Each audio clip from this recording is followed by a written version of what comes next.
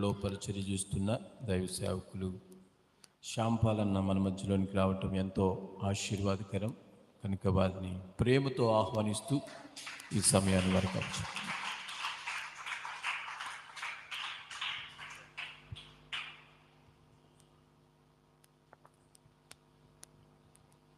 Praise lord. దేవునికి స్తోత్రం. హల్లెలూయా, హల్లెలూయా. ఈ రాత్రి కాల సమయంలో మమ్మలను ప్రేమతో ఆహ్వానించినటువంటి దేవుని దాసులు మరి పాల్ సింగ్ అయ్య గారికి ప్రత్యేకమైన వందనాలు, అమ్మగారికి, అలాగనే కూడి వచ్చిన సంఘ బిడ్డలందరికీ కూడా వందనాలండి. మీ అందరికీ వందనాలండి. దైవ సేవకులు పాల్ సింగ్ అయ్య గారు మాకు పరిచయస్తులు. మరి ప్రాముఖ్యంగా మరి రామర్పాడు, ప్రసాదంపాడు, నెడమానూరు, ఎనికేపాడు ఈ గ్రామాలు పీరన్ మీటింగ్లు ఏర్పాటు చేసినప్పుడు వారు అక్కడే నాకు పరిచయం. ఆ తర్వాత మరి అయ్యగారు ఆ పీరన్ మీటింగ్ పెట్టినప్పుడు కూడా ఈ మందిరంలోకి రావడం జరిగింది. దైవ సేవకులు భక్తి కలిగిన వాళ్ళు వారిని చూస్తున్నప్పుడు అంటే చెప్పక్కర్లేదు, కానీ వారి బిహేవియర్, వారి మాటలు, ఆరాధన, వారు చేసేటువంటి వర్షిప్, ఆరాధన, దేవుని యొక్క ఆత్మ నింపుదల ఆ స్థలమందు కలిగి ఉంటూ మేము చాలాసార్లు చూశాను. నేను నిజంగా అలాంటి ఆత్మను కలిగినటువంటి దైవ సేవకులు కలిగి ఉండటం అది చాలా గొప్ప భాగ్యం అని నేను భావిస్తున్నాను. మీరు నాకు ఆరాధన అంటే చాలా ఇష్టం. దైవ సేవకులు మంచి ఆరాధన చేస్తారు. అందరూ ఆరాధన చేయటం వేరు, ఆరాధన చేస్తున్న సమయంలో దేవుని ఆత్మ రావటం వేరు. సో దైవ సేవకులు ఆరాధన చేస్తున్నప్పుడు దేవుని ఆత్మ మరి మా ప్రాంతాల్లో సంచారం చేయటం నేను చూశాను. అలాగనే పీరన్ మీటింగ్ మా గ్రామంలో జరిగినప్పుడు దైవ సేవకులు సౌలు గురించి మాట్లాడారు. ఆ రాజు అయినటువంటి సౌలు గురించి మాట్లాడారు. చాలా ఆత్మీయ సత్యాలను దైవ సేవకులకు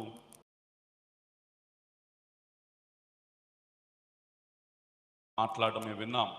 కనుక అన్ని విషయాల్లో కూడా దైవ సేవకులను దేవుడు బలంగా వాడుకుంటున్నారు. చక్కని సేవకులు. అంత మాత్రమే కాకుండా 40 రాత్రులు మరి ఉపవాస కోడికలు, అది చాలా తెగింపు కావాలి. ఎందుకనంటే ఈ కోడికల ద్వారా సేవకులకు ఎంత లాభం వస్తుందో నాకు తెలియదు, కానీ సంఘాన్ని బలపరచాలని, సంఘానికి క్షేమం కలగాలని మరి దైవ సేవకులు ఒక ఉద్దేశంతో ఈ కోడికను ఏర్పాటు చేశారు. కనుక నిజంగా అలాంటి సేవకులు ఉండటం చాలా గొప్ప ఆశీర్వాదం అని చెప్పగలను. నేను మినిస్ట్రీల పరిచర్లకు వచ్చి దగ్గర 20-25 సంవత్సరాలు అవుతుంది, కానీ మరి చాలామంది సేవకులను చూశాను. సంఘం పట్ల ఒక బాధ్యత, భారం కలిగి తమకొచ్చే లాభం కంటే కూడా సంఘం క్షేమాభివృద్ధి పొందాలని ఆశపడుతున్నటువంటి సేవకులు తరచుగా అరుదుగా ఉంటారు. మరి అలాంటి వారిలో దైవ సేవకులు మరి పాల్ సింగ్ అయ్య గారు నేను చూశాను. మరి దైవ సేవకులను దేవుడు ఇంకా మరి బలపరుస్తూ ఉన్నారు. ఇంకా మిగతా రోజులు కూడా దేవుడు అద్భుతంగా ఈ కోడికలు జరిగించాలని మనం ప్రార్థిద్దాం. బిగ్గరగా దేవునికి స్తోత్రం చేద్దాం. హల్లెలూయా, హల్లెలూయా. ఈ రాత్రి కాల సమయంలో చిన్న వాక్య భాగాన్ని మనం చదువుకుందాం. తర్వాత వాక్యంలోకి మనం వెళ్దాం. కొరింథీయులకు రాసిన 2వ పత్రిక, అపోస్తలుడైన పౌలు కొరింథీయులకు రాసిన 2వ పత్రిక 13వ అధ్యాయము 9వ వచనాన్ని చదువుకుందాం. మేము బలహీనులమై ఉన్నాను, మీరు బలవంతులై ఉండిన ఎడల సంతోషించెదము. దీని నిమిత్తమే అనగా మీరు సంపూర్ణులు కావాలనని ప్రార్థించుచున్నాము. మరొకసారి నేను చదువుతున్నాను. అపోస్తలుడైన పౌలు కొరింథీయులకు రాసిన 2వ పత్రిక 13వ అధ్యాయం 9వ వచనాన్ని. మేము బలహీనులమై ఉన్నాను, మీరు బలవంతులై ఉండిన ఎడల సంతోషించెదము. దీని నిమిత్తమే అనగా మీరు సంపూర్ణులు కావాలనని ప్రార్థించుచున్నాము. చిన్న ప్రార్థన చేసుకుందాం. మహాపరిశుద్ధుడా, మీకు వందనాలు తండ్రి. గొప్ప దేవుడా, ఈ రాత్రి కాల సమయంలో నాయన ఇప్పటి వరకు మీ దాసులు నాయన దైవిక ప్రార్థనలో, ఆరాధనలో సంఘాన్ని ఎంతో బలంగా నడిపిస్తున్నారు ప్రభా. మీకు వందనాలు. మా ముందు జరిగినటువంటి దినములన్నిటిని బట్టి మీకు వందనాలు ప్రభా. మీ సేవకులకు విధేయులై లోబడి నాయన ఈ రాత్రి వేళ చేరి వచ్చినటువంటి మీ సంఘ బిడ్డలందరిని బట్టి మీకు వందనాలు ప్రభా. దైగల తండ్రి, పౌలు గారు ఏ ఉద్దేశంతో దేవ సంఘాన్ని దైగల సంఘం గురించి మాట్లాడారు ప్రభా, అలాగని రాత్రి కాల సమయంలో మాతో కూడా కొద్ది మాటలు మాతో మాట్లాడమని ప్రార్థిస్తూ మమ్మల్ని అందరినీ మరి ప్రాముఖ్యంగా వాక్య పరిచర్యను మీ చేతులకు అప్పగిస్తూ ప్రభువైన యేసుక్రీస్తు వారి నామమున అడిగి వేడుకొనుచున్నాము తండ్రి. అపోస్తలుడైన పౌలు కొరింథీలో ఉన్నటువంటి సంఘానికి రాస్తున్నటువంటి మాట ఏంటంటే, మేము బలహీనంగా ఉన్నప్పటికీ మీరు బలవంతులుగా ఉండాలని మేము ఆశపడుతున్నాం. మేము బలహీనపరచబడినప్పటికీ కూడా మీరు బలవంతులుగా ఉండాలి అంటూ అంటూ ఒక మాట ఏమన్నాడంటే, మీరు సంపూర్ణులు కావాలనేది పౌలు గారి యొక్క ఉద్దేశం, పౌలు గారి యొక్క ఆశయం ఉంది. ఈ రాత్రికాల సమయంలో కూడా సేవకులు, నిజమైన సేవకులు, సంఘం పట్ల బాధ్యత భారం కలిగినటువంటి సేవకులు, వస్తున్నటువంటి కూర్చున్న మీ గురించి మాత్రమే కాకుండా మీ వెనకాల మీ ఇంటి దగ్గర ఉన్నటువంటి వారు ఉన్నారు కదా, మీ యజమానులు, మీ భర్తలు, అలాగని వారి పిల్లలు ఎవరైతే ఉన్నారో, మీ పిల్లలు ఎవరైతే ఉన్నారో వారందరి గురించి ఆలోచన కలిగి వారందరి కొరకు ప్రార్థన చేసేటువంటి వారు నిజమైనటువంటి సేవకులు. సో వచ్చినటువంటి వారు ఇంతవరకు చాలే వీరికి ప్రార్థన చేసి పంపించేద్దాం అనుకోకుండా, ఇంకా రాబోయేటువంటి దినాల్లో మీ కుటుంబాల్లో గొప్ప కార్యాలు జరగాలని, మీ కుటుంబంలో ఉన్న వారందరూ కూడా దేవుని వైపు తిరగాలని ఆశ కలిగి భారంతో ఒక కూడికలు ఏర్పాటు చేసుకుంటూ ఇలాగను నడిపించేటువంటి వారు, నేను అంటాను, నిజమైనటువంటి సేవకులు. దేవునికి స్తోత్రం చెబుదాము. దేవుని బిడ్డలారా, సంఘము బలపడాలి, సంఘములో ఉన్న వారందరూ కూడా బలపడాలి. మరి ప్రాముఖ్యంగా సంపూర్ణులు కావాలి. సంపూర్ణంగా అన్ని విషయాల్లో కూడా వారు పరిచర్యలో దేవుని యొక్క రాకడలో ఎత్తబడటానికి సంపూర్ణులు కావాలనేది పౌలు గారి యొక్క ఉద్దేశం. అయితే మనం సంపూర్ణంగా కాకుండా ఉండునట్లుగా అపవాది అయినటువంటి సాతాను కొన్నిసార్లు మనలోకి చొరబడి, మన ఆలోచనలోకి చొరబడి మనల్ని చెదరగొట్టే అవకాశం ఉంది. మనము సంఘంగా ఉన్నప్పటికీ, మనం క్రమంగా ఉన్నప్పటికీ కొన్ని ఆలోచనలు వారు కలగజేయటం వల్ల ఆ ఆలోచన పడిపోయి మనం ఏం చేస్తామంటే ఆటోమేటిక్గా తెలియని రీతిగానే మనము సాతాను దగ్గరికి వెళ్ళిపోయి దేవునికి దూరం అయిపోయే అవకాశం ఉంటుంది. అలాంటి సందర్భం బైబిల్ గ్రంథంలో నుంచి ఒక వ్యక్తిని గురించి నేను చెప్పి మాటలను ముగిస్తాను. చూడండి, బైబిల్ నుంచి కొరింథీయులకు రాసిన పత్రికలోని 11వ అధ్యాయం 3వ వచనం ఒక మాట ఉంటుంది. అపోస్తలుడైన పౌలు కొరింథీయులకు రాసిన పత్రికలోని 11వ అధ్యాయం 3వ వచనంలో ఒక మాట ఉన్నది. ఏమిటంటే, ఆ సర్పము తన కుయుక్తి చేత హవ్వను మోసపరిచినట్లు మీ మనస్సులు చెరపబడి క్రీస్తు ఎడలనున్న సరళత నుండి, పవిత్రత నుండి ఎట్లయినా తొలగిపోవునేమోనని భయపడుచున్నాను. అపోస్తలుడైన పౌలు గారు అంటాడు, ఇప్పటి వరకు బాగానే ఉన్నారు, కానీ రాబోయేటువంటి దినాల్లో సర్పము హవ్వను ఎలాగ మోసం చేసిందో అలాగన సంఘముగా కూడినటువంటి మనలను కూడా రాబోయేటువంటి దినాల్లో ఒకవేళ మోసం చేస్తుందేమో. కనుక మీ గురించి నేను కొంచెం ఆలోచన కలిగి ఉన్నాను, మీ గురించి కొంచెం నేను భయపడుతున్నాను, మీ గురించి నేను కొద్దిగా ఆందోళన పడుతూ ఉన్నాను. మీరు ఎట్టి పరిస్థితుల్లో కూడా మీరు మోసపరచబడకుండా ఉన్నట్లుగా, నాడు ఆ రోజున కూడా అవ్వను మోసం చేసినట్లుగా మిమ్ములను కూడా ఒకవేళ మోసం చేస్తాడేమో తన కుయుక్తి చేత. కనుక మీరు జాగ్రత్తగా ఉండమని పౌలు గారు సంఘాన్ని తెలియజేస్తున్నాడు. నాడు అవ్వను సర్పము మోసం చేయటమే కాదు, కానీ ఆ తర్వాత ఇశ్రాయేలును ఫరో ఎలాగున మోసం చేస్తాడో అనేటువంటి కొన్ని విషయాలు నేను చెప్పాలని ఆశపడుతున్నాను. దీని గురించి ప్రభు యేసు వారు చెప్తాడు, మిమ్మల్ని గురించి మీరు జాగ్రత్త పడమంటాడు. అంత్య దినాల్లో మనం ఉన్నాము, రాకడ దినాల్లో మనం ఉన్నాము. కనుక మన గురించి మనం ఏమవ్వాలంటే జాగ్రత్త పడాలి. ఎప్పటికప్పుడు మనం సరి చేసుకుంటూ మనం జాగ్రత్తగా ముందు కొనసాగుతూ ఉండాలి. ఏమాత్రం అజాగ్రత్తగా ఉన్నా కానీ తప్పనిసరిగా మన ఆత్మీయ స్థితిలో నుంచి పడిపోయే అవకాశం ఉంటుంది. కనుక మనం ఎప్పుడు కూడా జాగ్రత్తగా ఉండాలి. మొట్టమొదటిగా ఇశ్రాయేలు దగ్గరికి మోషే వెళ్ళి వార్త ఏం చెప్తాడంటే, మేము మా దేవునికి బలర్పించిన, చూడండి ఒకసారి నిర్గమకాండము 8వ అధ్యాయము 27వ వచనాన్ని చదువుకుందాం. మొదటిగా నిర్గమకాండము 8వ అధ్యాయం 27వ వచనం. మేము మా అరణ్యంలోనికి వెళ్ళి మా దేవునికి బలి ఇవ్వాలని అక్కడ మోషే, 8వ అధ్యాయము 27వ వచనాన్ని, మేము అరణ్యంలోనికి వెళ్ళి 3 దినములంత ప్రయాణము చేసి మా దేవుడైన యెహోవా మాకు సెలవిచ్చినట్లుగా ఆయనకు బలి అర్పించుదామని అక్కడ మోషే ఫరో దగ్గరికి వచ్చి అడుగుతున్నాడు. దేవుడు మోషేని పంపించాడు. మోషేని వెళ్ళి ఇశ్రాయేలందరినీ కూడా, నా ప్రజలైన ఇశ్రాయేలందరినీ కూడా వారందరినీ పోగు చేసుకొని ఐగుప్తు దేశం నుంచి బయటికి తీసుకురామని దేవుడు మోషేకి చెప్పాడు. సో మోషే ఫరో దగ్గరికి వెళ్ళాడు. ఫరో దగ్గరికి వెళ్ళిన తర్వాత ఫరోతో చెప్తున్నాడు, అయ్యా మేము అందరం కూడా కలిసి మా దేశం నుంచి, ఈ దేశం నుంచి, ఈ ప్రాంతం నుంచి మేము బయటికి వెళ్ళిపోవాలి, మా దేవునికి మేము బలర్పించాలి, మా దేవుని మేము ఆరాధించాలి, మా దేవుని మేము మహింపరచాలి, ఆయన స్తుతించాలి, ఆయన ప్రజలం మేము. కాబట్టి మేమందరం కూడా వాగ్దానం చేయబడినటువంటి వారము, మేమందరం సున్నతి చేయబడినటువంటి వారము కనుక, దేవునికి ప్రత్యేకింపబడినటువంటి వారం కనుక మమ్మల్ని పంపించమని చెప్పి మోషే ఫరోని అడుగుతూ ఉంటాడు. సో ఫరోని అడుగుతున్నప్పుడు ఫరో ఆయన చెప్తున్నటువంటి 4 మాటలు నేను మీతో పంచుకొని ఆశపడుతున్నాను. నెంబర్ 1, మొట్టమొదటిగా 8వ అధ్యాయంలో 25వ వచనంలో ఒక మాట చెప్తాడు. చూడండి ఒకసారి, 8:25. అప్పుడు ఫరో మోషే అహరోనులను పిలిపించి, మీరు వెళ్ళి ఈ దేశములో మీ దేవునికి బలి అర్పించునని వారితో చెప్పాను. ఈ దేశంలో అంటే అర్థం ఏంటంటే ఐగుప్తు దేశంలోనే.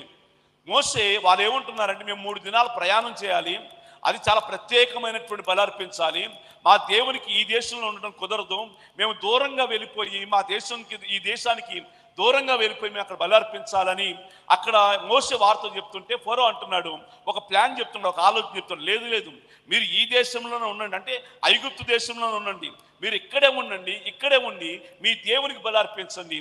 మోషే ఆ ఫరో చెప్తున్నప్పుడు ఒక కుయుక్తి, ఒక ఆలోచన, ఎంత భయంకరమైనటువంటి ఆలోచన అంటే, మీరు ఈ దేశంలో ఉండండి అంటే అర్థం ఏంటంటే, మోషే ఎప్పుడు కూడా గొర్రెలు కాసేటువంటి వారు ఐగుప్తులకు హేయులైనటువంటి వారు. మరి ప్రాముఖ్యంగా ఐగుప్తు దేశము దేవునికి ఇష్టం లేనటువంటిది, భక్తి లేని దేశము, ప్రార్థన లేని దేశము, భయం లేనటువంటి దేశము, దేవునికి నిజంగా అది ఎంతో భయంకరంగా పాపంతో ఉన్నటువంటి దేశము.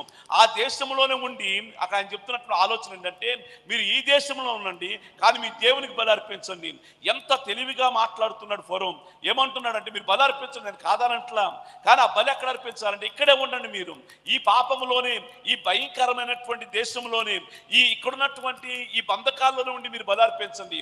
బంధకాల నుంచి మీరు బయటికి రావద్దు. మీరు ఏ పని చేస్తున్నారో ఆ పనిలోనే ఉండి మీరు బలి అర్పించండి. మీరు ఎలా ఉన్నారో అలాగే ఉండి బలి అర్పించండి.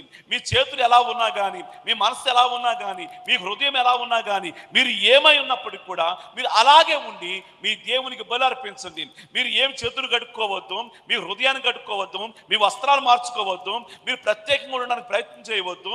మీరు ఎలా ఉన్నారో అలాగే వచ్చి మీ దేవునికి బలి అర్పించమని ఆలోచన చెప్తూ ఉన్నాడు. దేవునికి బలి అర్పించాలంటే వాళ్ళు అంటున్నారు, మేము దూరంగా వెళ్ళిపోవాలి, మా దేవుడు ప్రత్యేకింపబడిన వాడు, మా దేవుడు పరిశుద్ధుడైనటువంటి వాడు, మేము ఎలా పడితే అలా బలి అర్పించడానికి కుదరదు. ఆయన పరిశుద్ధుడైనటువంటి దేవుడు గనక ఆ పరిశుద్ధుడైనటువంటి దేవునికి పరిశుద్ధత కలిగి బలి అర్పించాలి. దేవునికి స్తోత్రం చెబుదాము. కానీ నువ్వేమంటున్నావంటే, మేము ఇలాగే ఉండిపోయి ఆ బానిసత్వంలోనే ఉండిపోయి ఆ మురికి గుడ్లు వేసుకొని ఆ చేతులతో పనిచేసినప్పుడు ఆ చేతులతోని బానిసత్వం కలిగినటువంటి అలాగే ఉండి అలాగే బ్రతుకుతూ బలి అర్పించటము, ఆ బలి దేవునికి ఎంత మాత్రము కూడా యోగ్యమైనటువంటిది కాదు. దేవునికి స్తోత్రం చెబుదాము. చాలాసార్లు సాతాను మనలో కూడా జొరబడి వాడు చెప్తున్నటువంటి ఆలోచన, కుయుక్తి ఆలోచన ఏంటో తెలుసా? నీ బ్రతుకు నువ్వు బ్రతుకుతూనే ఉండు, నీ పాప నువ్వు చేస్తూనే ఉండు. ఎవరు చూసొచ్చారు? నీ భర్త చూడలేదు కదా, నీ భార్య చూడలేదు కదా, నీ పిల్లలు చూడలేదు కదా, నువ్వు ఎలా ఉన్నావో అలాగే ఉండు, అలాగే ఉండి ప్రార్థనకి వెళ్ళు, అలాగే ఉండి ఆరాధన చేయి, అలాగే ఉండి దేవునికి కానుక ఇవ్వు, అలాగే ఉండి ఎలా ఉంటున్నావు, నీ లైఫ్ స్టైల్ ఎలా ఉంటుందో అలాగే ఉండి చేయమని చెప్తాడు. కానీ అక్కడ ఎప్పుడైతే ఫరో చెప్తున్నాడో, ఈ రోజున చాలా మంది కూడా అపవాది అయినటువంటి కుయుక్తి ఆలోచన ఎవరితో చెప్తున్నారంటే, లోక సంబంధులు చెప్పట్లా, సంఘంలో ఉన్న వారితోనే చెప్తున్నాడు. మీరు ఎలా ఉన్నారో అలాగే ఉండండి, పర్వాలేదు. మీరు ఎలా జీవిస్తున్నారో అలాగే జీవించడం పర్వాలేదు. మీరే సరి చేసుకోవాల్సిన పని లేదు, పరిశుద్ధంగా ఉండాల్సిన పని లేదు, నిజంగా దేవునికి ఆ పరిశుద్ధమైనటువంటి జీవితాలు జీవించాల్సిన పని లేదు. మీ మాటలు మీ క్రియలు సరి చేసుకోవాల్సిన పని లేదు. ఎలా ఉన్నారో అలాగే దేవుని దగ్గరికి రమ్మంటాడు. నేను అంటాను, అలా చేసేటువంటి అర్పణ దేవునికి యోగ్యమైనటువంటిది కాదు. అలా చేసే ప్రార్థన దేవునికి ఇష్టమైనటువంటిది కాదు. అలా చేసేటువంటి ఆరాధన దేవునికి ఇష్టమైనటువంటిది కాదు. మన దేవుడు పరిశుద్ధుడైనటువంటి వాడు. దేవునికి స్తోత్రం చెబుతాము. ఆయన అంటాడు, నేను పరిశుద్ధుడు కనుక మీరును పరిశుద్ధులై ఉండాలి. మన దేవుడు పరిశుద్ధతను కోరుతున్నటువంటి దేవుడు, ప్రత్యేకింపబడినటువంటి వారు మనం. అని అంటాడు, నేను మిమ్మల్ని లోకములో నుండి ప్రత్యేకించుకున్నాను అంటాడు. ప్రత్యేకమైనటువంటి జనాంగం మనము, ప్రత్యేకింపబడినటువంటి వారము. మనము అన్యులతో కలవడానికి కాదు కదా, మనం లోకస్తులతో కలవడానికి కాదు కదా, వారితోనే కలుస్తూ, వారితోనే మాట్లాడుతూ, వారితో సహవాసం చేస్తూ, వారితో సాంగత్యం చేస్తూ, వారితో ఉంటూ మరలా తిరిగి వచ్చి బలి అర్పిస్తే ప్రభు అంటాడు, అమ్మ ఈ బలి నాకు ఇష్టమైనటువంటిది కాదు కదా. దేవునికి ఇష్టమైనటువంటి బలి కావాలంటే అది 3 దినాల ప్రయాణం చేయాలి. ఆ 3 దినాల ప్రయాణం చేయాలి. వారు పరిశుద్ధులుగా ఎంచబడాలి. ఐగుప్తు దేశంలో అంటే పాపములో ఉండి బలి అర్పించడము అది దేవునికి యోగ్యమైనటువంటిది కాదు. కొన్నిసార్లు పాపములోనే ఉంటూ, పాపంలోనే బ్రతుకుతూ, పాపంలోనే జీవిస్తూ, చేసే పనులన్నీ కూడా చేస్తూనే ఉంటూ దేవుని దగ్గరికి వచ్చి, ప్రభువా నేను నీకు బలి అర్పిస్తానండి. ప్రభు అంటాడు, అమ్మ ఈ బలి నాకు ఇష్టమైనటువంటిది కాదు కదా. దేవుని దగ్గరికి రావాలంటే ఆ బలి ఇష్టమైనదిగా శ్రేష్టమైనదిగా హేబేలు బలి అర్పించినప్పుడు ఆ అర్పణ ఎలా స్వీకరించాడో నీ అర్పణ స్వీకరించాలంటే అది పరిశుద్ధమైనదిగా ఎంచబడాలి. దేవునికి స్తోత్రం చెబుదాము. పరిశుద్ధమైనదిగా ఎంచబడాలి. నీ క్రియలను ఒకవేళ నేను చూడకపోవచ్చు, అయ్యగారు చూడకపోవచ్చు, నీ క్రియలన్నీ కూడా ప్రభు చూస్తూ ఉన్నాడు కదా. నువ్వు ఎలా ఉన్నావో, నీ మాటలు, నీ వైఖరి, నీ తలంపులు, నీ ఆలోచనలు, నీ ఉద్దేశాలు, నీ సహవాసాలు ఎట్లా ఉన్నాయో దేవునికి తెలుసు కనుక వాటిని విడిచి నువ్వు బలర్పించేవారిగా ఉండాలి. ఎప్పుడు నువ్వు బలర్పిస్తావో ఆ అర్పణ దేవునికి ఇష్టమైనదిగా ఉంటుంది. కొన్ని సంఘాలకి నేను వెళ్తున్నప్పుడు మరి ప్రాముఖ్యంగా కొన్ని పేర్లు చెప్పనులే కానీ కొన్ని సంఘాలకు వెళ్తే ఎట్లా ఉంటుందంటే వారు ఉదయం నుంచి సాయంత్రం వరకు వాళ్ళు చేసే పనులన్నీ చేస్తారు. ఎలా చేయాలో చేస్తాను. నేను ఒక సంఘానికి వెళ్తే ఆ సంఘానికి ఒక పెద్ద ఉన్నాడు.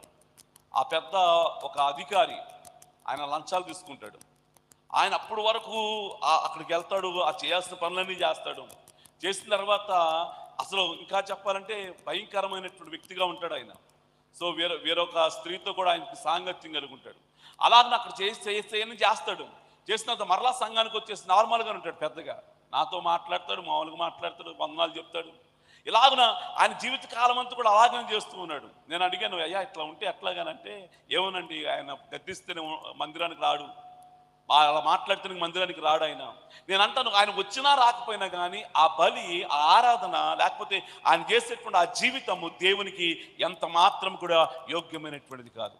మొట్టమొదటిగా ఫరో చెప్తున్న ఆలోచన, మీరు ఇక్కడే ఉండండి, దేవునికి బలి అర్పించండి. మీరు పాపం చేస్తూనే ఉండండి, మీరు తిరుగుతూనే ఉండండి, మీరు ఏం చేయాలనుకున్నారు మీ ఇష్టం వచ్చినట్లుగా చేయండి. సంఘములకు జొరబడి అపవాది అయినటువంటి సాతాను కుయుక్తికరమైనటువంటి ఆలోచన చెప్తున్నాడు. జాగ్రత్త, మొత్తంగా ఆలోచన నుంచి మనం తప్పించుకోవాలి. లేదు, నా దేవుడు పరిశుద్ధుడు కనుక నేను పరిశుద్ధంగా దేవునికి అర్పణ అర్పించాలి, నేను పరిశుద్ధంగా మందిరానికి రావాలి, నేను పరిశుద్ధంగా దేవుని ఆరాధించాలి, నేను పరిశుద్ధంగా దేవుని చేతులు ఎత్తాలి, నేను పరిశుద్ధంగా దేవుని కానుకనివ్వాలి, నేను పరిశుద్ధమైనటువంటి జీవితం కలిగి ఉండాలి. నా మాటలు, నా తలంపులు, నా ఆలోచనలు, నా ఉద్దేశాలు సమస్తమును కూడా పరిశుద్ధమైనవిగా ఎంచబడాలి. బిగ్గరగా దేవునికి స్తోత్రం చెబుదాము. అప్పుడు మన అర్పణ ఎట్లా ఉండదంటే దేవునికి ఇష్టమైనటువంటి అర్పణగా మార్చబడుతుంది. సో మొట్టమొదటిగా ఆయన చెప్తున్నప్పుడు మాట ఏంటంటే, మీరు ఇక్కడే ఉండండి, ప్రయాసపడబాకండి, ఇక్కడే ఉండండి. లేదండి, అసలు అర్పణ దేవునికి ఎంత మాత్రం యోగ్యం కాదండి. క్రీస్తుకు బెల్జియాలకు ఏమి పొందిక అంటాడు కదా. విశ్వాసికి అవిశ్వాసికి ఏమి సంబంధం? వాళ్ళతో మనకు సంబంధం లేదు, మనకు వాళ్ళతో సంబంధం లేదు. మన ప్రత్యేకింపబడినటువంటి జనాంగం, పరిశుద్ధమైనటువంటి జనాంగం కనుక మనల్ని ప్రభు ఏర్పాటు చేసుకున్నాడు. ఆయనకు సంపూర్ణమైన పరిశుద్ధమైనటువంటి అర్పణగా ఉండాలని చెప్పి దేవునికి స్తోత్రం చెబుదాము. రెండో మాట చూస్తున్నప్పుడు, రెండో మాట చూడండి ఒకసారి. 8వ అధ్యాయం 27వ వచనంలో 8వ అధ్యాయం 28వ వచనంలో అంటాడు, మరలా ఫరో ఇంకో మాట చెప్తున్నాడు వాళ్ళకి, మేము అక్కడికి వెళ్ళి బలి అర్పిస్తామంటే వెంటనే ఆయన అన్నాడు, ఫరో మీరు అరణ్యములోనికి మీ దేవుడైన యెహోవాకు బలి అర్పించుటకు మిమ్మల్ని పోనిచ్చేదను. ఓకే, ఇక్కడ వరకు ఒప్పుకున్నాడు. కానీ మీరు దూరము వెళ్ళొద్దు. ఎక్కడికి వెళ్ళకూడదు అంటండి? దూరం వెళ్ళకూడదంట. మాట్లాడాలి, ఎక్కడికి వెళ్ళకూడదు? దూరం వెళ్ళకూడదు, దగ్గరగా ఉండాలి. మీరు ఒకేసారి మీరు అనుకున్నట్లుగానే మేము మిమ్మల్ని ఈ దేశం నుంచి నేను పంపించేస్తా, వెళ్ళిపోండి, ఓకే, నేను కాదంట్లా. కానీ మీరు ఎక్కడికి వెళ్ళాలంటే దూరం వెళ్ళబాకండి, మీరు దగ్గరే ఉండండి, ఈ సరౌండింగ్స్లోనే ఉండాలి. ఐగుప్తు దేశానికి సరౌండింగ్లోనే ఉండాలి. మీకు ఐగుప్తు దేశం యొక్క బెల్లి వినపడింది అనుకోండి, వెంటనే మీరు రిటర్న్ అయిపోవాలి, వెనక్కి వచ్చేసేయాలి. ఐగుప్తు దేశం యొక్క మాటలు వినబడినప్పుడు వెంటనే రిటర్న్ వచ్చేసేయాలి. ఐగుప్తు దేశంలో కనుక ఎగ్జిబిషన్ జరిగింది అనుకోండి, వెంటనే వెనక్కి తిరిగి వచ్చేసేయాలి.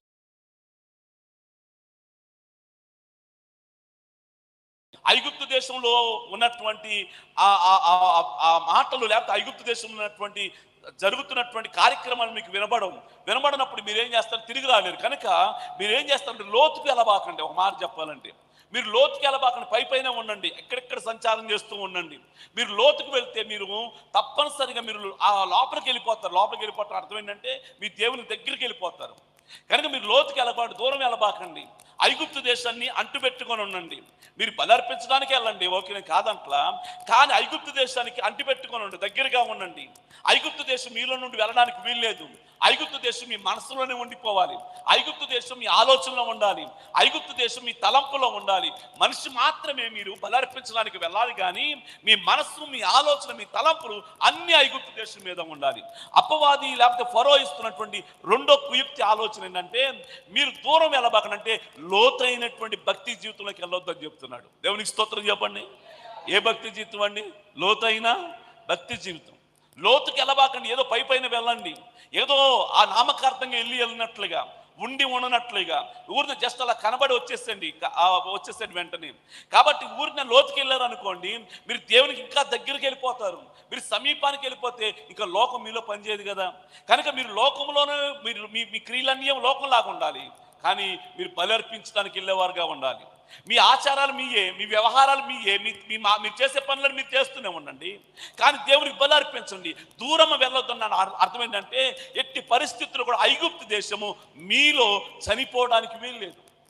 ఐగుప్తు దేశం మీలో చనిపోవడానికి వీల్లేదు అంటే లోకం మీలో చచ్చిపోవడానికి వీల్లేదు. కొద్దిగా లోకం మీలో ఉండాలి. మీరు దూరం వెళ్ళబాకండి, లోతుకి వెళ్ళబాకండి. పేతురుతో ఏం చెప్పాడండి యేసు ప్రభువారు? మేము రాత్రంతా ప్రయాసపడి చేపలు పట్టామయ్యా, రాత్రి మాకేమీ దొరకలేదండి. ప్రభు ఏం చెప్పాడు? మీ ధోనిను లోతుకు నడిపించు. నువ్వు లోతుకు ఎప్పుడైతే నడిపిస్తావో అద్భుతాలు చూడగలుగుతావు. నువ్వు లోతుకు నడిపించగలిగితే తప్పనిసరిగా నీ ధోని నింపబట్టం కాదు, నీ పక్కవారి ధోని కూడా నింపబడగలిగినటువంటి ఆశీర్వాదం దేవుడిస్తాడు. దేవునికి స్తోత్రం చెబుదాము. కానీ ఎక్కడ ఉండిపోతుందంటే, మనం లోతుకి వెళ్ళడానికి ఇష్టపడట్లా, పైపైన ఉండడానికి ఇష్టపడుతున్నాం. కొంచెం ఐగుప్తుని ఎక్కడో లోపల దాచుకుంటున్నాం, కొంచెం ఐగుప్తు క్రియలు దాచుకుంటున్నాం. లోకపు క్రియలు, లోకపు ఆచారాలు, లోకపు వ్యవహారాలు, లోకపు బంధుత్వాలు, లోకపు స్నేహాలను కొన్ని దగ్గర పెట్టుకున్నాము కనుక మనం లోతుకి వెళ్ళలేకపోతున్నాం. కనుక నేను ఒక మాట చెప్పగలను, పరిశుద్ధ స్థలం అబద్ధం మాట్లేదు. అద్భుతమైనటువంటి కార్యాలు చూడాలంటే మన భక్తి జీవితంలో లోతైనటువంటి అనుభవంలోకి వెళ్ళాలి. బిగ్గరగా స్తోత్రం చెబుదాము. అది కష్టం అనిపించింది, బాధ అనిపించింది. వారితో బంధత్వము అంటే ఐగుప్తులతో తెగతెంపులు చేసుకోవటం కొద్దిగా ఇబ్బందికరం అనిపిస్తుంది. ఐగుప్తు దేశంలో మనకు తెలుసులో చాలా మంది ఉన్నారు, మన ఫ్రెండ్స్ ఉన్నారు, మన స్నేహితులు ఉన్నారు, మన బంధువులు ఉన్నారు. అయినప్పుడు కూడా నువ్వు దేవునికి దగ్గరికి వెళ్ళాలంటే ఇమీడియట్ గా ఐగుప్తు దేశంలో ఉన్నటువంటి కాంటాక్ట్స్ తగ్గొట్టాలి. దేవునికి స్తోత్రం చెబుదాము. ఐగుప్తు దేశంలో ఉన్నటువంటి కాంటాక్ట్స్ తగ్గొట్టకపోతే నువ్వు దేవునికి దగ్గరికి రాలేవు, అద్భుతాలు చూడలేవు. అద్భుతాలు చూడాలంటే ఐగుప్తు దేశము దగ్గరలో అని అంటున్నాడు. మీరు దగ్గరే ఉండండి అయ్యా. ఎక్కడ వదిలేస్తారు ఐగుప్తు దేశాన్ని? మీరు వదిలేస్తే బ్రతుకుతారు? అసలుకి మీరు ఉండలేరు ఐగుప్తు దేశాన్ని వదిలేసి. ఇన్ని సంవత్సరాలు ఐగుప్తు దేశంలో ఉన్న మీరు ఈ రోజున ఎవరో మోసే వచ్చాడని చెప్పేసి ఆయనతో పాటు వెళ్ళిపోతే ఎలా బ్రతుకుతారు? మోసే అన్నాడు, లేదు అసలు మాకు ఐగుప్తు దేశం అవసరం. మా దేవుడు రాజు అయినటువంటి వాడు, ఆయన సంపూర్ణంగా పరిపూర్ణంగా మమ్మల్ని నడిపించగలిగిన సమర్థుడు. ఆయన ఐగుప్తు దేశంలో కాంటాక్ట్స్ మాకు అవసరంలా, ఐగుప్తు దేశంలో ఉన్నటువంటి ప్రజలు మాకు అవసరంలా, ఐగుప్తు దేశంలో ఉన్నటువంటి బంధుత్వాలు మాకు అవసరంలా, ఐగుప్తు దేశంలో ఉన్నటువంటి ఆ స్నేహం మాకు అవసరంలా. మమ్మల్ని సంపూర్ణంగా నడిపించేవాడు, మమ్మల్ని పోషించేవాడు, మమ్మల్ని ఆదరించేవాడు ఒకడున్నాడు. ఆయన మమ్మల్ని వెంబడి మేము వెళ్ళబోతూ ఉన్నాం. దేవునికి స్తోత్రం చెబుదాము. ఆయనతో మేము ఉన్నప్పుడు ఏ ఇబ్బంది కూడా మాకు కలగదు. ఒక రోజు 2 రోజు కాదండి, ఆయన మీద ఆధారపడి వారు బయటకు వస్తే, ఐగుప్తు దేశాన్ని దాటి వారు బయటకు వస్తే 40 సంవత్సరాలు వారిలో ఒక్కరి కూడా ఆఖరికి చావకుండా వారిని మన్నా ద్వారా పోషించాడు ఆయన. వారి వస్త్రాలు పాతికెళ్ళలేదట, వారి చెప్పులు అరిగిపోలేదంట. నిరంతరము పగలు మేఘస్తంభమై, రాత్రి అగ్నిస్తంభమై వారిని నడిపించాడు దేవుడు. దేవునికి స్తోత్రం చెబుదాము. అయ్యో మేము అనవసరంగా దాటి వచ్చామని కొంతమంది అనుకున్నారు, కానీ ఐగుప్తు దేశమును దాటి వచ్చిన ప్రతి వారిని ఆయన పోషిస్తూనే ఉన్నాడు. కొన్నిసార్లు బాధపడతాం, మాకు తెలిసిన వాళ్ళందరూ ఐగుప్తులోనే ఉన్నారండి, మేము ఒక్కలమే దేవుని నమ్ముకున్నాము, మేము ఒక్కలమే దేవుని వెంబడిస్తున్నాము, మేము మా కుటుంబం మాత్రమే ఇగో నిజ దేవునికి మేము వస్తున్నాము, ఏమవుతుందో ఎలా ఉంటాము అనుకుంటాం. కానీ ఐగుప్తు దేశపు కాంటాక్ట్స్ తీసేసినప్పుడు, వారితో ఉన్నటువంటి ఆ సంబంధాలు మనం తగ్గొట్టినప్పుడు దేవుడు అద్భుతమైనటువంటి కార్యాలు చేస్తాడు. దేవునికి స్తోత్రం చెబుదాం. నేను ఒక మాట చెప్పనా, వారి లోతుకు నడిపిస్తానంట. ఈయన ధోని నింపబట్టం కాదు. వీళ్ళు ఏం చేస్తారు, సైకిల్ చేసి పక్కన కూడా పిలుస్తారు, అయ్యా మా ధోని అంతా నిండిపోయింది, మీ ధోని కూడా తీసుకురామన్నారు. ఆ ధోని కూడా తీసుకొస్తే ఆ ధోని కూడా నిండిపోయింది. నేను అంటాను, ఆ ప్రక్క వాళ్ళతో ఎవరితో తెలుసా? నేను అనుకుంటాను, పరిశుద్ధాత్మదేవుడు మన పిల్లలు మనం దీవించబడటమే కాదు, మన తర్వాత వచ్చేటువంటి తరం కూడా దీవించబడుతుంది అద్భుతంగా. మన ధోని నింపబడటమే కాదు, మన పిల్లలు వారి ధోనిలు కూడా నింపబడితే, ఆశీర్వదింపబడితే. ఎప్పుడు తెలుసా? మనం లోతుకు వెళ్ళినప్పుడు. దేవునికి స్తోత్రం చెప్పండి. ఆయన ఏమంటున్నాడంటే, లోతుకి వెళ్ళబాకండి. ఆదివారం శనివారం వెళ్తున్నారుగా, 40 రోజులు ప్రార్థన కూడా వెళ్ళాలా? ఆయన చెప్తా ఉంటాడు, మీరు చేస్తానే ఉండాలా. లోతు అంటే అర్థం ఏంటంటే, సేవకులతో కలిసి ప్రతి అనుభవంలో ప్రయాణం చేయటం, ప్రతి అనుభవంలో ప్రయాణం చేయటం. ఈరోజు ఈ ప్రార్థన, రేపొద్దున ఇంకో ప్రార్థన, రేపు రాత్రి ఇంకో ప్రార్థన అన్నారు అనుకోండి, వెంటనే విసుగు చెందక ఆ సేవకుడితో కలిసి లోతుకి వెళ్ళిపోవటం. ఎప్పుడైతే ఆ లోతైనటువంటి అనుభవంలోకి మనం ప్రయాణం చేస్తామో, నేనంటాను ధోనులు నింపబడటం మనం చూడగలుగుతాం. బిగ్గరగా స్తోత్రం చెబుతాము. ఆశీర్వాదాలు చూడగలుగుతాం, దీవెనలు చూడగలుగుతాం.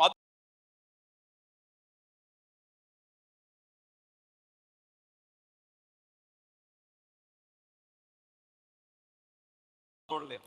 ఆయన అంటున్నాడు, మీరు వెళ్ళండి కానీ ఎక్కడికి వెళ్ళొద్దు, దూరం వెళ్ళబాకండి. అక్కడ చూడండి, ఆ హెజ్కేలు గ్రంథంలో అంటే చీలమండల లోతు సరిపోదు, తర్వాత మోకాలు లోతు సరిపోదు, తర్వాత నడుము లోతు సరిపోదు. ఎంత కావాలంట? ఏదలేనంత విస్తారమైన లోతు ఆయన అనుభవంలోకి నడిపిస్తాడు. బిగ్గరగా స్తోత్రం చెబుతాము. అలాంటి గొప్ప అనుభవాల్లోకి మనం రావాలి. ఏదో చాలినట్లుగా వచ్చినట్లుగా మనలో కొంతమంది, బహుశా మీరు అలా లేరేమో కానీ, కొంతమంది ఏదో నామకార్థంగా వచ్చినట్లుగా వస్తారు అంతే. రియల్గా రావాలని రారు. ఏదో ఆయన పిలుస్తున్నాడు, పాపం ఆ పాల్ సింగయ్య గారు ఫీల్ అవుతాడేమో, ఒకవేళ వెళ్ళకపోతే, ఈరోజు వెళ్ళకపోతే నిన్న కూడా వెళ్ళలేదు అని ఫీల్ అవుతాడేమో అన్నట్లుగా ఉంటాం. కానీ నేను అంటాను, యథార్థంగా మనం లోతుకు ఆయన అంత నడిపిస్తే, అంత లోతుకు మనం వెళ్ళగలిగితేనండి ఖచ్చితమైనటువంటి అద్భుతం మనం చూడగలుగుతాం. మూడో మాట, అక్కడ ధోని మూడో మాట అంటున్నాడు చూడండి ఒకసారి. 10వ అధ్యాయం 11వ వచనంలోకి వెళ్దాం ఒకసారి. 10వ అధ్యాయం 11వ వచనంలోకి చదువుకుందాం. మూడవది ఆయన చెప్తున్నట్లు మాట, పురుషులైన మీరు మాత్రమే వెళ్ళండి, యెహోవాను సేవించుడి, అదే కదా అని వారితో అనగా. ఇక్కడ మూడోది అంటున్నాడు, ఒక కుయుక్తి ఆలోచన చెప్తున్నాడు. ఒకటేమో మీరు ఇక్కడే బలి అర్పించమంటున్నాడు ఐగుప్తులోనే. రెండోది అంటున్నాడు, మీరు ఐగుప్తు నుంచి వెళ్ళండి కానీ దూరం వెళ్ళబాకండి, ఇక్కడిక్కడే. ఐగుప్తు మీలో సంపూర్ణంగా చచ్చిపోకూడదు. ఐగుప్తు కొద్దో గొప్ప అంటే లోకం కొద్దో గొప్ప మీలో ఉండాలి. ఆ ఆచారాలు అట్లాగే ఉండాలి, ఆ పద్ధతులు అట్లాగే ఉండాలి, వాస్తులు చూడటం కానీ లేకపోతే ఇంక ఇలాంటివన్నీ కూడా అలాగే ఉండిపోవాలి. సంపూర్ణం అవ్వకూడదు. మీరు దేవునికి స్తోత్రం చెబుదాం. అపోస్తలుడైన పౌలు గారు అంటాడు, మీరు సంపూర్ణులు కావాలన్న ఆశ అంటాడు. ఈ రోజున పాల్ సింగయ్య గారి కొడుకుని ఏర్పాటు చేయడానికి నేను అనుకుంటున్నాను, తప్పనిసరిగా ఆయన వాంఛ, ఆయన ఆశ ఏంటంటే మీరు సంపూర్ణులు కావాలని. సంఘము సంపూర్ణం అవుతున్నప్పుడు సేవకుడు ఎంత సంతోషపడతాడో.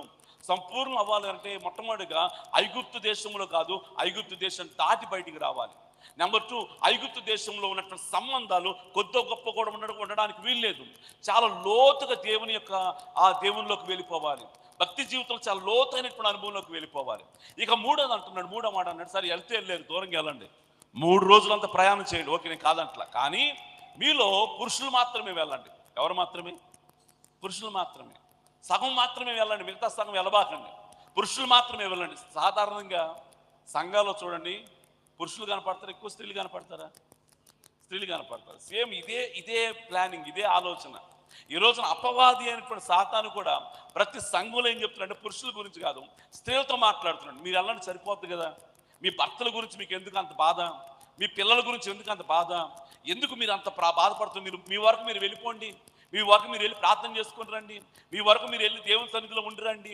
ఇదే ఆలోచన ఆ రోజున ఫరో చెప్తున్నాడు. ఏమన్నాడంటే పురుషులైనటువంటి మీరు మాత్రమే వెళ్ళండి, స్త్రీలు మాత్రమే ఐగుప్తు దేశంలో ఉండిపోండి. అవసరం లేదా వాళ్ళకు కూడా? వాళ్ళ ప్రార్థన అవసరం లేదా? వారి భక్తి అవసరం లేదా? వారికి దేవుని ఎదుట నిజంగా వారు కూడా బలార్పించడానికి వీలు లేదా? వారు కూడా రావాలి కదా. మరి వేరు వాళ్ళు. ఈ రోజున మూడో ఆలోచన చాలా సంఘాల్లో పనిచేస్తుందండి. చాలా సంఘాల్లో బహుశా మీరు ధన్యులు ఒకవేళ కనుక నిజంగా మీ కుటుంబాల కొరకు మీరు ప్రార్థన చేస్తున్నట్లయితే. బిగ్గరగా స్తోత్రం చెబుతాము. ఆ భారం కనుక మీలో ఉంటే నిశ్చయంగా ప్రభు మీ యజమానులను, మీ పిల్లలను అతి త్వరలోనే మార్చబోతున్నాడు వాళ్ళని.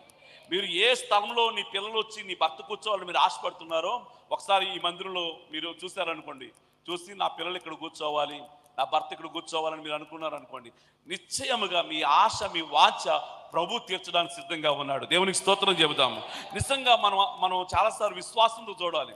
విశ్వాసం చూడటం అర్థం ఏంటంటే ఇక్కడికి రావాలి, ఈయన ఇక్కడ కూర్చోవాలి.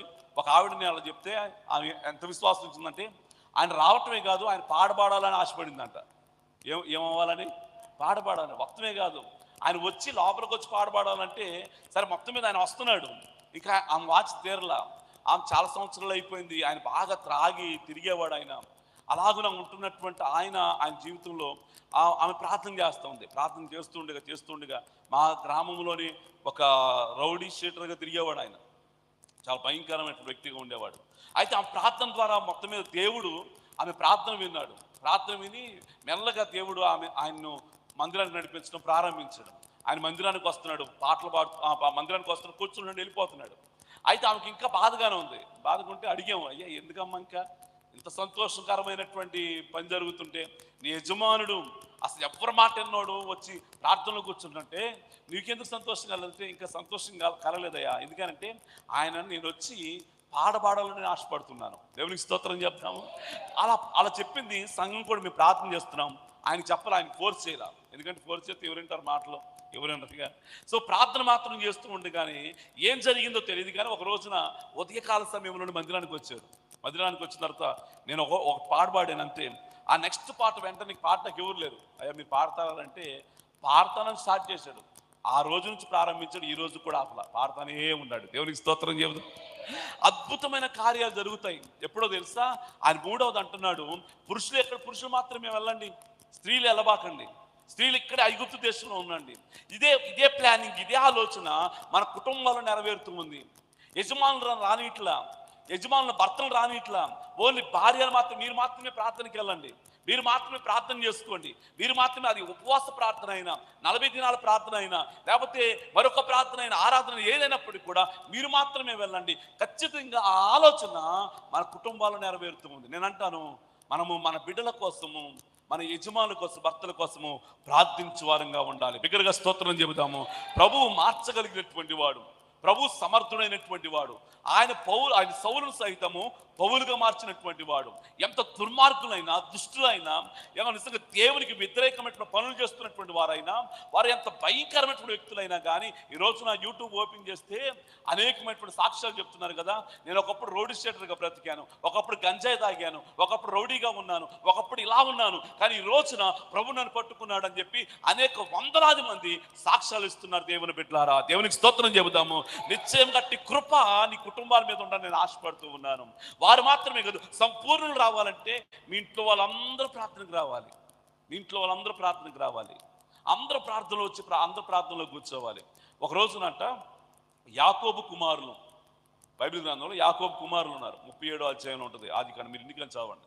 యాకోబు కుమారులు ఏం చేశారంటే, యాకోబు కుమారులు యాకోబు చెప్తాడు, అయ్యా మీరు యోసేపుతో చెప్తాడు, నువ్వు వెళ్ళి మీ అన్యులందరూ కూడా షెకెములో ఉన్నారు, వారు గొర్రెలు కాస్తున్నారు, నువ్వు వెళ్ళి వారికి ఆహారం ఇవ్వమని చెప్తాడు. సో యోసేపు ఏం చేస్తాడంటే ఆహార పొట్లాలు తీసుకొని వాళ్ళ అన్యుల కోసం షెకెం వెళ్తాడు.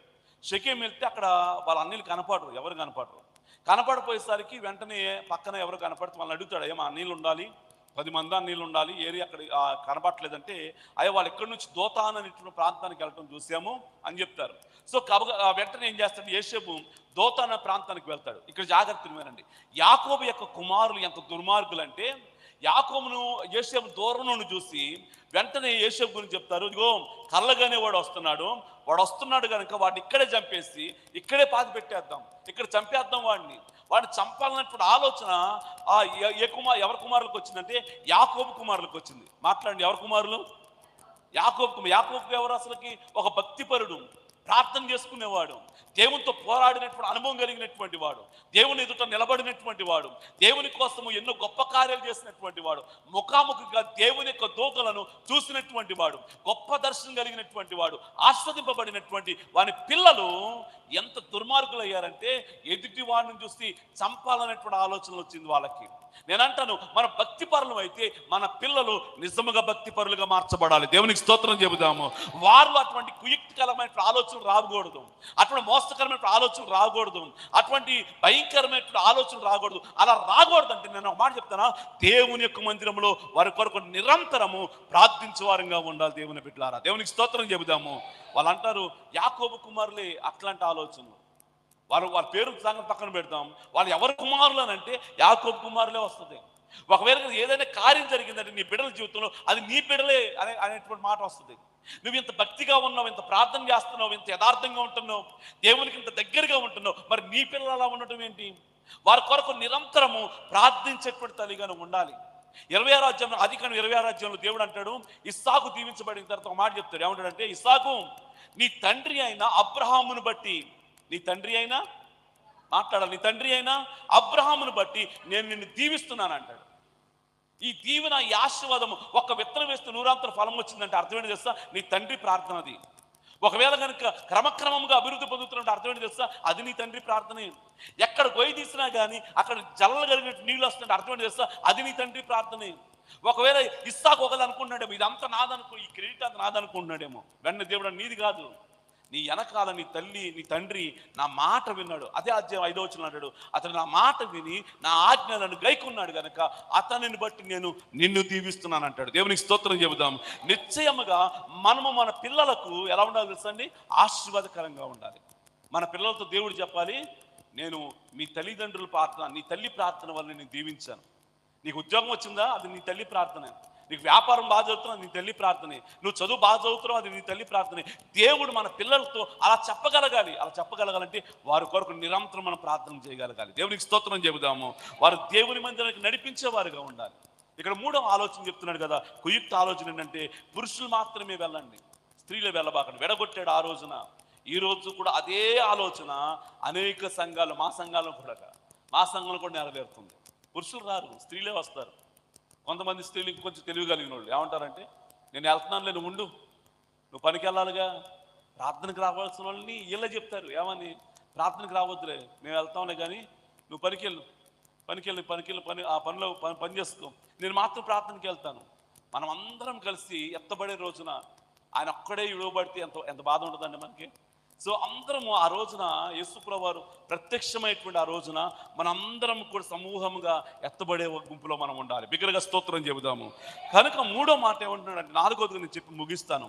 10వ అధ్యాయం 24వ వచనంలో ఒక మాట చెప్తాడు, ఫైనల్ మాట. నిర్గమాకాండ 10వ అధ్యాయం 24వ వచనంలో అంటాడు, మీరు వెళ్ళి యెహోవాను సేవించుడి, మీ మందలను, మీ పశువులు మాత్రమే ఇక్కడ ఉండవలెను, మీ బిడ్డలు మీతో వెళ్ళవచ్చు అనగా. మందలు, పశువులు మాత్రము ఇక్కడే ఉండాలి. అంటే పశువులు ఎందుకు వాళ్ళు ఏం చెప్పారంటే, మొట్టమొదటిగా మీరు బలి ఇవ్వాలన్నారు. బలి ఇవ్వాలంటే ఏం కావాలి? మాట్లాడాలి. బలి ఇవ్వాలంటే ఏం కావాలి? పశువులు కావాలి. ఈయన అంటాడు, అసలు మీరు వెళ్ళండి, స్త్రీలు వెళ్ళండి, పురుషులు వెళ్ళండి, పిల్లలు కూడా వెళ్ళిపోండి, కానీ పశువులు మాత్రం ఇక్కడే ఉంచండి. పశువులు మాత్రం ఇక్కడ, పశువులను తీసుకెళ్ళబాకండి. మీరు పశువులను తీసుకెళ్లారు అనుకోండి, ఆటోమేటిక్ బలి అర్పిస్తారు. బలి అర్పించారనుకోండి, ఆ బలి దేవునికి ఇష్టమైపోతుంది. ఆటోమేటిక్గా దేవుడు మీ పట్ల గొప్ప కార్యాలు చేయడం ప్రారంభిస్తాడు. కనుక సమర్పణ కలిగినటువంటి జీవితం, మీ హృదయము దేవునికి ఇవ్వవద్దు. బైబిల్లో మాట్లాడాడు కదా, విరిగి నలిగినటువంటి హృదయం దేవునికి ఇష్టమైన బలి అంటాడు కదా. దేవునికి స్తోత్రం చెప్పండి. కాబట్టి ఈ బలి దేవునికి ఇవ్వబాకండి, మీ హృదయము దేవునికి ఇవ్వబాకండి. మీరు ప్రార్థనకి వెళ్ళి అలా కూర్చొని వచ్చేసేయండి, ఆరాధన చేసుకుని అలా కూర్చొని వచ్చేసేయండి. ఎవరొచ్చి వాక్యం చెప్పినా కానీ, ఎంతగా మీరు సంఘానికి వెళ్తున్నప్పుడు కూడా, రోజు క్రమంగా వెళ్తున్నప్పుడు కూడా మీ హృదయం మాత్రం దేవునికి ఇవ్వబాకండి. హృదయము దేవునికి ఇవ్వకపోతే అద్భుతాలు చూడలేము. హృదయం దేవునికి ఇవ్వకపోతే మన్నాను తినలేము. హృదయం దేవునికి ఇవ్వకపోతే దేవుడు మనకు తోడుగా రాడు. హృదయం దేవునికి ఇవ్వకపోతే ఎర్ర సముద్రం చేర్చబడదు. హృదయం దేవునికి ఇవ్వకపోతే మనము కానాను యాత్రికులు కానాను చేరలేము. అలా చేరాలి అనంటే మన హృదయము దేవునికి ఇచ్చేవారుగా ఉండాలి. దేవునికి స్తోత్రం చెబుదాము. వీడు ఎంత కుయుక్తిగా ఆలోచన చేస్తున్నాడంటే, మీరు సంపూర్ణ అవ్వదు. అందుకని ఈ మాటని ముగిచ్చేస్తాను. అందుకని పౌలు గారు అంటున్నాడు కదా, మీరు సంపూర్ణ అవ్వాలి అని అంటే మీ హృదయం దేవునికి సంపూర్ణంగా రావాలి. దేవుని దగ్గరికి మీరు సంపూర్ణంగా రాకపోతే, ఏదో నామకార్థంగా ఏదో వచ్చి వెళ్ళిపోతున్నట్లు వెళ్ళిపోతే ఎట్టి పరిస్థితుల్లో కార్యాలు చూడలేము. కార్యాలు చూడాలంటే మన హృదయము దేవునికి ఇవ్వాలి. దేవునికి స్తోత్రం చెబుతాము. మన హృదయములో దేవునికి మొదటి స్థానం ఇచ్చేవారుగా ఉండాలి. మొదటి విలువ, మొదటి ప్రిఫరెన్స్ దేవునికి మాత్రమే ఇవ్వాలి. చాలాసార్లు ఈ పని కింద పెడతారు, దేవుని పని కింద పెడతారు, మిగతా పనులన్నీ కూడా పైన పెడతారు. చాలా మంది అన్ని పనులు అయిపోయిన తర్వాత, తీరుబడి కుదిరిన తర్వాత, అవకాశం ఉంటే, ఛాన్స్ ఉంటే ప్రార్థనకి వెళ్దాం అనుకుంటారు. దేవుడు అంటే, కాదమ్మా, నా పని మొదటి కదా, అసలుకి మొట్టమొదటి నాకు విలువ ఇవ్వాలి. అసలు నువ్వు ఎప్పుడైతే దేవునికి విలువ ఇవ్వటం ప్రారంభిస్తామో, తప్పనిసరి నేను అంటాను, దేవుడు మనకు విలువ ఇవ్వటం ప్రారంభిస్తాడు. దగ్గరగా దేవునికి స్తోత్రం చెబుదాము. అద్భుతమైనటువంటి కార్యాలు జరుగుతాయి. మేము మా జీవితంలో ఒక చిన్న సాక్ష్యం చెప్పి నేను ముగిస్తాను. మాకు 2010లో వివాహం జరిగింది. 6 సంవత్సరాల పిల్లలు లేరు. అయితే ఆ పిల్లలు లేనటువంటి సమయంలోనే 2015లో దేవుడు ఒక దర్శనం చూపించాడు. ఏమన్నాడంటే, మీరు స్వార్థ పరిచయం చేయమన్నాడు ఉచితంగా. సో నేను, నాతో పాటు కీబోర్డ్ ప్లేయర్ ఒక ఆయన ఉన్నాడు, ప్యాడ్ కొట్టే ఆయన ఒక ఆయన ఉన్నాడు, తర్వాత నాతో పాటు ఇంకొక 2-3 సేవకులు ఉన్నారు. నా వయసు కలిగినటువంటి వాళ్ళే, నాకని కొంచెం చిన్న వాళ్ళు. వాళ్ళు కూడా ఏమేస్తారు, నాతో కలిసి కలిశారు, వాళ్ళు కూడా కలిశారు. సరే ఓకే చేద్దామని చెప్పి స్టార్ట్ చేశాం. 2015లో స్టార్ట్ చేస్తే 2015, 16 అంతా కూడా 17 అంతా కూడా తిరిగాం. దగ్గర దగ్గర 70 గ్రామాల్లో స్వార్థ చెప్పడానికి ప్రభు కృప చూపాడు. దేవునికి స్తోత్రం చెబుదాం. చాలా అద్భుతంగా చాలా గ్రామాలకు వెళ్ళాం. అయితే అలా వెళ్తున్నప్పుడే చాలా మంది నన్ను అడిగారు, అయ్యో మీరు ఇంత ప్రార్థన చేస్తున్నారు కానీ మీకు సంతానం లేరుగా అని చెప్పేసి కొంచెం ఎగతాళిగా లేకపోతే కొంచెం బాధగా చాలా మంది అడిగారు. మేము ఈ పనిలో ఉండిపోయాము, ఈ పనిలో ముందుకు కొనసాగుతున్నాం. మా జీవితాలు మాకున్నటువంటి మా సమస్తం కూడా దేవునికి ఇవ్వటం ప్రారంభించాం. మా సమయాన్ని, మా ధనాన్ని, మాకున్నటువంటి సమస్తం దేవునికి ఇచ్చి ముందుకు సాగిపోతున్నాం. అద్భుతం జరిగింది. 2017లో దేవుడు నా భార్యను దర్శించాడు. దర్శించిన తర్వాత 2018లో ఆమె డెలివరీ అయింది. ఫిబ్రవరి నెలలో డెలివరీ అయిన సమయంలో ఒకేసారి దేవుడు మగబిడ్డను ఆడబిడ్డను ఇచ్చాడు. దేవునికి స్తోత్రం చెబుదాం. ట్విన్స్ని ఇచ్చాడు. అద్భుతం జరిగింది. 6 సంవత్సరాల నిరీక్షణలో ఈ 6 సంవత్సరాలు ఏం చేస్తామంటే మేము సంపూర్ణం అవడానికి ప్రయత్నం చేస్తాం. సంపూర్ణంగా మమ్మల్ని మేముగా దేవునికి లోబడ్డాం. అది కష్టం అనిపించింది, బాధ అనిపించింది, శ్రమ అనిపించింది. అయినప్పుడు కూడా మేము వెనక్కి తిరగడానికి ఇష్టపడలాం. ఏది ఏమైనప్పుడు కూడా దేవునితో కాంటాక్ట్ అయిపోయాము, దేవునిలోకి వెళ్ళిపోతున్నాం, దేవుడు సంపూర్ణంగా ఉండడానికి ప్రయత్నం చేశాము. దేవుడు మా ప్రార్థన విన్నాడు, దేవుడు మా సమర్పణ చూశాడు, దేవుడు మా హృదయాన్ని ఎరిగి ఉన్నాడు, దేవుడు మమ్మల్ని విడిచిపెట్టలేదు, అద్భుతమైన కార్యాలు చేశాడు. దేవునికి స్తోత్రం చెబుదాం. ఈరోజు ఇక్కడ నిలబడినప్పుడు కూర్చున్నప్పుడు మీరు ఏ కార్యం కొరకు ఎదురు చూస్తున్నారో తెలియదు, కానీ మనం ఎప్పుడు ఆ కార్యం పొందుకుంటాం తెలుసండి, మనం సంపూర్ణమైనప్పుడే. అపోస్తలుడైన పౌలు గారు అన్నాడు, మేము ఎలా ఉన్నప్పటికీ కూడా మీరు సంపూర్ణ కావాలనేది మా ఆశ. మీరు దేవునితో పూర్తిగా సంపూర్ణంగా మీరు దేవునితో కాంటాక్ట్ అవ్వాలనేది మా ఆశ. దేవునికి లోబడాలనేది మా ఆశ. మీ హృదయం దేవునితో ఉండాలి, మీ మనసు దేవునితో ఉండాలి, మీ తలం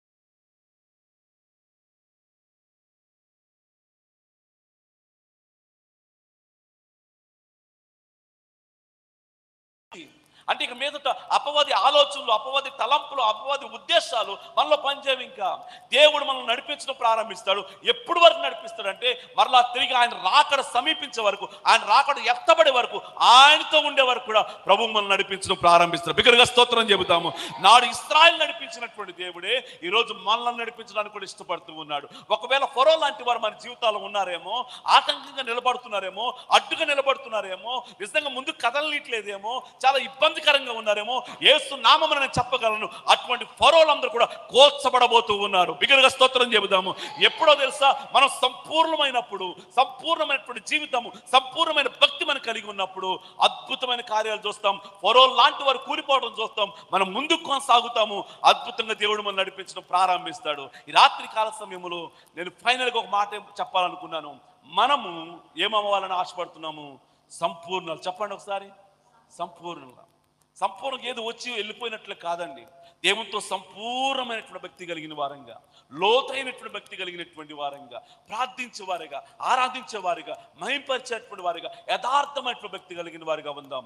దేవుని ద్వారా అద్భుతమైనటువంటి కార్యాలు మనం పొందుకుందాం. నాడు ఇశ్రాయేలీలు వారి కన్నుల ఎదుట ఎట్టి కార్యాలను చూస్తున్నారో, ఇక్కడ కూర్చున్నటువంటి వారు అనేక మంది జీవితాల్లో వారు చూస్తుండగానే వారి జీవితాల్లో అద్భుతమైన కార్యాలు చూడబోతూ ఉన్నారు. బిగ్గరగా దేవునికి స్తోత్రం చెబుతాము.